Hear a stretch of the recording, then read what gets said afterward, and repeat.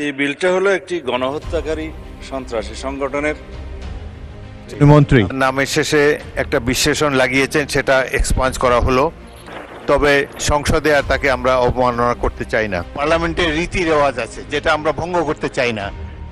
এবার সংসদে দাঁড়িয়ে আওয়ামী লীগকে সন্ত্রাসী সংগঠন বলায় স্বরাষ্ট্রমন্ত্রী সালাউদ্দিনের বক্তব্য এক্সপাঞ্জ করলেন স্পিকার।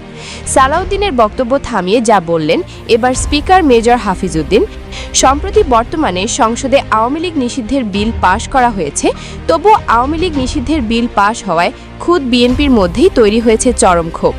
এবার আওয়ামী লীগ নিয়ে কথা বলতে গিয়ে সংসদে আওয়ামী লীগকে সন্ত্রাসী সংগঠন বলায় সংসদে স্বরাষ্ট্রমন্ত্রী সালাউদ্দিনের বক্তব্য এক্সপাঞ্জ করেন স্পিকার মেজর হাফিজউদ্দিন। তিনি বলেন, নামের শেষে একটি বিশেষণ লাগিয়েছেন, এটা এক্সপাঞ্জ করা হলো। তবে সংসদে আর তাদের আমরা অবমাননা করতে চাই না। পার্লামেন্টে কিছু রীতি রেওয়াজ আছে, তা আমরা ভঙ্গ করতে চাই না। কার্যপ্রণালী বিধি অনুসারে আপনি গ্যালারিতে আর কোনো দলকে সন্ত্রাসী সংগঠন বলে সম্বোধন করবেন না।